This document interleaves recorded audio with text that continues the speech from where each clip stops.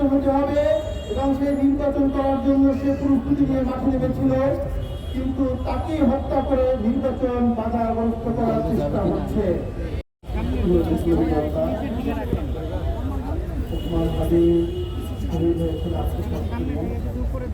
সরকার দৃশ্যমান কোন অগ্রগতি আমাদের সামনে উপস্থাপন করে নাই।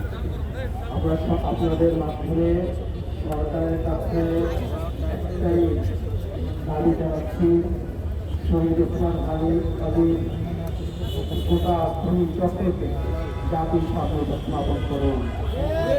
একটা জিনিস আপনারা মনে রাখবেন, বাংলাদেশে জুলাই বিপ্লবের আগে যারা ক্ষমতাধর ছিলেন, যারা রাষ্ট্রকে নিজেদের মনে করতেন, তারা কিন্তু আজকে কেউ বাংলাদেশে নাই, তারা পালাতে বাধ্য হয়েছে।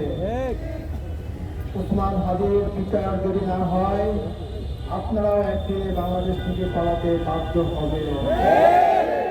এজেন্সির হয়ে, যে রাষ্ট্রের হয়ে আপনারা ওসমান হাদিকে হত্যা করেছেন, মনে রাখবেন ওসমান হাদি কোন এজেন্সি, কোন রাষ্ট্র, কোন তাবেদারের কাছে কখনই মাথা নত করে নাই। যদি মাথা নত করত, অন্য অন্য বিক্রি হওয়া নেতাদের মতোই সে সুখে জীবনযাপন করতে পারত। সে বাংলাদেশের 18 কোটি মানুষকে পথ দেখিয়েছে কিভাবে রাজপথে আন্দোলন করতে হয়, কিভাবে স্বাধীনতা সার্বভৌমত্ব টিকিয়ে রাখতে হয়। এজেন্সির রক্ত চক্ষুকে উপেক্ষা করে জনসাধারণের নেতা হয়ে উঠতে হয়। ওসমান হাদি এটা আমাদের সামনে প্রমাণ করে গেছেন। আপনারা দেখবেন জীবিত ওসমান হাদির চেয়ে শহীদ ওসমান হাদি অনেক শক্তিশালী হয়ে আমাদের মাঝে ঘুরে আসছে। বাংলাদেশের কোটি মানুষ ওসমান হাদির বিচারের অপেক্ষায় আছে।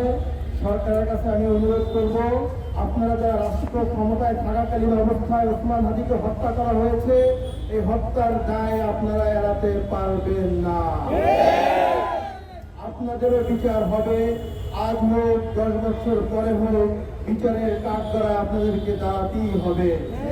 আপনারা যদি মনে করেন আর 2 মাস পরে রাষ্ট্র ক্ষমতা থেকে চলে যাবেন, বিদেশে চলে যাবেন, মনে রাখবেন এই দেশের জনতা আপনাদেরকে কাঠগড়ায় দাঁড় করাবি। তাই সরকারকে অনুরোধ করব, দ্রুত খুনিদেরকে আমাদের সামনে উপস্থাপন করুন। নির্বাচনের পরিবেশকে যাতে বিঘ্ন না হয়, খুনির বিচার করুন। আপনারা ওসমান হাদিকে হত্যা করিয়েছেন, আবার আপনারা এটাকে ইস্যু করে নির্বাচন বানচাল করার চেষ্টা করতেছেন, তা আমরা কখনোই হতে দিব না।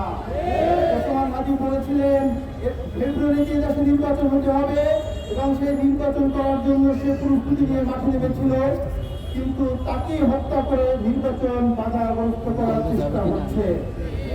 প্রিয় বিপ্লবী জনতা, আপনাদের কাছে অনুরোধ থাকবে, আজকে আমরা শহীদ শপথ পাঠ করার পরে পরবর্তী প্রোগ্রামের জন্য অপেক্ষা করব।